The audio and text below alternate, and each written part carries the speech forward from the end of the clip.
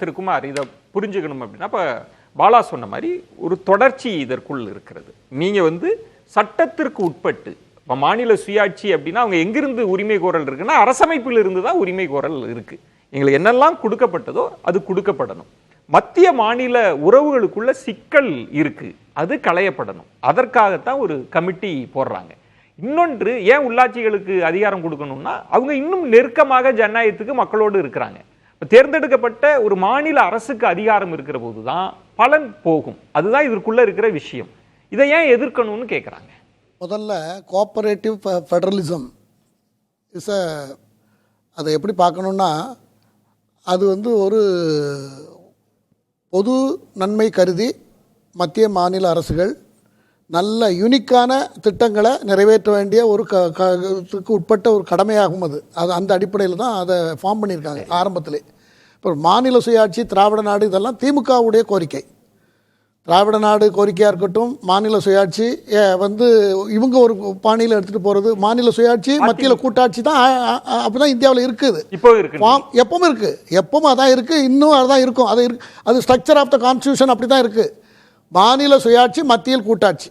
அதில் இப்போ எங்களுக்கு அது, உங்களுக்கு இது, அதில் தான் இப்போ சண்டை இப்போ புதுசாக கிளப்பிட்டு இருக்காரு தமிழ்நாடு முதலமைச்சர். இல்லை, இப்போ ஒத்திசை பட்டியலில் இருக்குல்ல கல்வி, கன்கரண்ட் இருக்குல்ல. ஆமா, எமர்ஜென்சியில் தானே கொண்டு வந்தது. அது திரும்ப மாநில பட்டியலுக்கே கொடுக்குறதுல என்ன சிக்கல்? இருங்க, இது ஒவ்வொன்றுமே நீங்கள் 67 திமுக ஆட்சிக்கு வந்தது, 69 கலைஞர் அவர்கள் முதலமைச்சராக பொறுப்பேற்றார்கள். அப்போவே ஒரு கமிஷன் அமைக்கப்பட்டது. ராஜமன்னார் சென்னை உயர்நீதிமன்ற தலைமை நீதிபதியாக இருந்த ராஜமன்னார் தலைமையில் ஒரு கமிட்டி அமைத்தார்கள். அவர்கள் பல பரிந்துரைகள் செய்தார்கள். அதற்கு பின்னாலே சர்க்காரியா மத்திய அரசு ஒன்று அமைத்தது, அதுவும் சில பரிந்துரைகளை கொடுத்தது. பூஞ்சி கமிட்டி ஒரு பரிந்துரை, எல்லா பரிந்துரைகளும் கொடுத்து அது அவங்களோட யாருக்கு எதிராக இந்த பரிந்துரைகளெல்லாம் இவங்க பரிந்துரை செய்து கொண்டு கொடுத்தார்களோ அவர்களோட பல ஆண்டு காலம் ஒட்டி உறவாடி கூட்டு வைத்து தமிழ்நாடு இல்லாமல் காங்கிரஸ் ஆட்சி நடக்காதுங்கிற நிலைமை இருந்ததா இல்லையா? அதுக்கு மட்டும் பதில் சொல்லுங்கள். அந்த காலகட்டத்தில் கிளப்பாம இப்போ எதுக்கு இவர் கிளப்புறாரு, இதெல்லாம் கிளப்பிட்டு இருக்காருங்கிறது ஒரு கேள்வி. பதில் சொல்லுங்க. முதல்ல நீங்க இந்த பரிந்துரையை ஆதரிக்கிறீங்க, அதை ஏன் காங்கிரஸ் அது ரெண்டாவது நெருக்கடி கொடுக்கல? ஆதரிக்கிறது இப்போ 163(2) கூட அந்த பரிந்துரையில கட் பண்ணணும்னு சொல்லிருக்கு. 163 ஒரு விஷயம் சார், எமர்ஜென்சி பற்றி அந்த கடும் நினைவுகள் பற்றி எல்லாம் பாஜகவினர் திரும்ப திரும்ப பேசுறாங்கல்ல. ஷானவாஸ் சொல்லுது எமர்ஜென்சின்றது அடக்குமுறை தடியால் அடிச்சது மட்டுமா எமர்ஜென்சி? அரசமைப்பின் ஜனநாயக உரிமைகளை பறிச்சதும் தானே எமர்ஜென்சி. அப்ப எமர்ஜென்சியில நடந்த கருப்பு அத்தியாயங்களை பாஜக நிவர்த்தி செய்ய இவங்க சேரும் போது, திரும்ப கூட்டணி சேரும் போது இதெல்லாம் நீங்க சொல்ற கருப்பு அத்தியாயம் உங்களுக்கு தெரியாதா? இது டிராமா பண்றாங்க, குறைச்சு பேசணுங்கிறதுக்காக சொல்லல. பாஜக நேரத்தை மாத்திக்கிட்டு இருக்காங்க.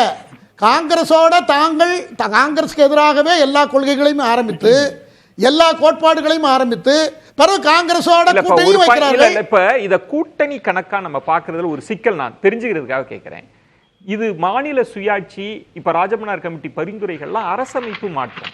நீங்க இரு அவைகளை கூட்டி 3/2 பெரும்பான்மை சட்டமன்றங்கள்ல இவ்வளவு விஷயம் இருக்கும். நீங்க ஒரு கவர்மெண்ட் ஆதரிச்சுட்டாங்க, அதனால எல்லாத்தையும் மாத்திருங்கன்றது நடக்குமா? மத்திய அரசு நினைக்காம நடக்குமா? அது பேசிக் ஸ்ட்ரக்சர் ஆஃப் கான்ஸ்டிடியூஷன் ரொம்ப தெளிவா கிளியரா சரியா இருக்கு. அம்பேத்கர் காலத்தில் ஏற்றப்பட்ட சட்டம் ரொம்ப சரியா இருக்கு. அதை சென்சிட்டிவா அதுல என்ன இருக்கணும்? ஊழல் இருக்கக்கூடாது, நேர்மையான ஆட்சி இருக்கணும், வெளிப்படையான ஆட்சி இருக்கணும். யார் எது நன்மையோ, எந்தெந்த மாநிலத்துக்கு எது நல்லதோ அந்தந்த மாநில மக்கள் அவங்க விருப்பப்படி அவங்க தேர்ந்தெடுக்கக்கூடிய அரசு, அவங்க தேர்ந்தெடுத்த முதலமைச்சர் ஆட்சி செய்யணும். அதே சமயத்தில் கூட்டாட்சிக்கு எந்த விதமான பாதகமும் இல்லாம ஒட்டுமொத்த இந்தியாவுடைய வளர்ச்சிக்கு எந்த விதமான குற்றமும் இல்லாமல் இப்ப ராஜமன்னார் கமிட்டி இப்ப திரும்ப கொண்டு வந்திருக்கிறதுல பாலா சொன்ன மாதிரி இந்த கடந்த 10 ஆண்டுகள்ல அதை தாண்டி ஆண்டு பாஜக ஆட்சிக்கு வந்த பிறகு ஒரு அசாதாரண நெருக்கடி வந்திருக்கின்றாங்க. இப்ப கல்வி தொடர்பா மேற்கு வங்கம், கேரளா, தமிழ்நாட்டுக்கு கல்வி உரிமை நிதியை கொடுக்கணும். நாடாளுமன்ற நிலைக்குழு சொன்ன பிறகும் கொடுக்காம இருக்காங்கல்ல. இந்த சிக்கல் எல்லாம் எப்படி பேசி தீர்க்கிறது? அதுக்காக அவங்க ஷானவாஸ் சொல்ற மாதிரி சட்டப்படியான ஏற்பாடை செய்யணும். அதுக்கான முன்னெடுப்பு தான் இதுன்றாங்க. அதுதான் ஒவ்வொன்றிலையும் ஒவ்வொரு கொறி இருக்கிறது. அதாவது மும்மொழி கொள்கையை இவங்க இருவழி கொள்கைன்னு ஒத்துக்கிட்டு அரசாங்கம் நடந்திருக்கு. இப்போ வளரக்கூடிய இந்த பொருளாதார புரட்சி, உலக மாற்றம், உலகத்தோடு தொடர்பு கொள்வது, அதே சமயம் இந்தியாவை வந்து வல்லமை மிக்க நாடாக மாற்றுறது. இப்ப பாயிண்டடா வரேங்க. இப்ப நாடாளுமன்ற நிலைக்குழுலாம் சட்டமன்ற ஒரு ஜனநாயக ஏற்பாடு, அரசமைப்பு ஏற்பாடு தான். அவங்களே இது தவறு, நீங்க கொடுத்துருக்கணும்னு சொல்றாங்க. எங்களுக்கு ஆன உரிமை நிதி கிடைக்கல, மத்தியில நீங்க வச்சுட்டு கொடுக்காம இருக்கீங்கன்னா, இப்ப நான் கேட்கறது இந்த சிக்கலை எப்படி களையிறதுன்னு கேட்கிறேன். சட்டப்படி அதை பேசி களையணும், சுமூகமாக பேசி தான் களையணும். ஒன்று, நான் அதில் முதல்ல என்னுடைய கருத்து அதில் இருக்கிறது. இந்த வாதத்தில் என்னுடைய கருத்து கொடுக்கணும்னு தான் நான் சொல்லியிருக்கேன். ஏன்னா இல்ல இதுக்கு ஒரு நிரந்தர ஏற்பாடு ஏன் என்று சொன்னால் மத்திய அரசு தப்ப செய்ய சொல்லல, கூட ஒரு மொழியை கத்துக்கோன்னு சொல்லுது. அங்கதான் ஒரு மொழியை கத்துக்கோங்கிறது. இது வந்து அதாவது சார் இன்னொரு மத்திய அரசு வருது சார், அவங்க இன்னும் ஒரு 5 மொழியை கத்துக்குங்க அப்படின்னு. அதை பாத்தியப்பட்டது மாநில அரசின் உரிமையா மத்தியில இருக்கவங்களோட மொழி? இப்போ விஜயனுக்கு 2 மொழி பிரதான கவர்மெண்ட் வருது சார். இப்ப ஷானவாஸ் கேட்ட மாதிரி இல்ல இப்ப குமார் எல்லாருமே அனுபவம் கொண்டதுனால இப்ப ஷானவாஸ் சொன்ன மாதிரி நாளைக்கு அரசுகள் மாறலாம். அரசமைப்புன்றது எல்லாருக்கும் பொதுவானது. இப்ப கொடியேற்ற உரிமையை இப்ப கலைஞர் அவர்கள் போராடி கொண்டு வந்தாங்க அப்படின்னா, நாளைக்கு ஜெயலலிதா அவர்கள் வந்தாலும் அந்த பலனை அனுபவிக்க தானே போறாங்க. அப்ப மாநில உரிமையா இந்த பிரச்சனையை பார்க்க வேண்டாமான்னு கேட்கிறார் சார். மாநில உரிமை இப்ப பல உரிமைகளை நீங்க அப்படி பேசுனீங்கன்னா மத்திய அரசு உரிமை பல உரிமைகளே பறிக்கப்பட்டிருக்கிறது. ஆளுநர் ஆளுநரை இப்போ ஆளுநரை கழுத்தை பிடிச்ச மாதிரி பிடிச்சிருக்காங்க. கோர்ட் சுப்ரீம் கோர்ட்ல சுப்ரீம் கோர்ட் 2 ஜட்ஜை வச்சு 2 ஜட்ஜிகள் எடுத்த முடிவு இருக்கு பாருங்க. 1000 விமர்சனங்கள் இருக்கிறது இதுல.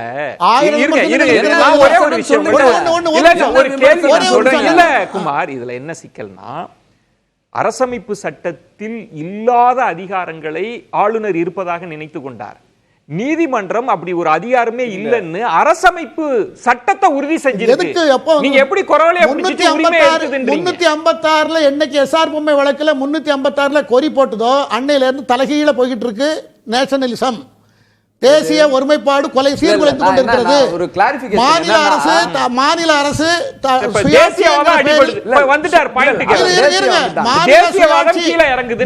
சுயாட்சி என்கிற போர்வையில் மத்திய அரசுடைய அதிகாரங்கள் பறிக்கப்பட்டுக் கொண்டிருக்கிறது.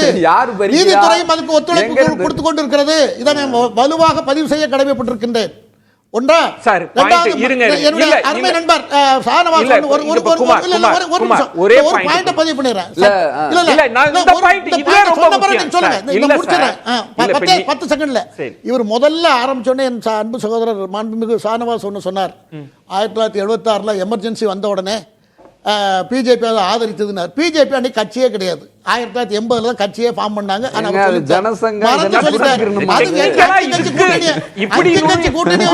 மொரார்ஜி தேசாய் காலம் அது. மொரார்ஜி தேசாய் காலம். இல்ல இவ்வளவு டெக்னிக்கலா பார்க்க வேண்டாம். இன்னைக்கும் எமர்ஜென்சிக்கு எதிரான நிலைப்பாடு பாஜக.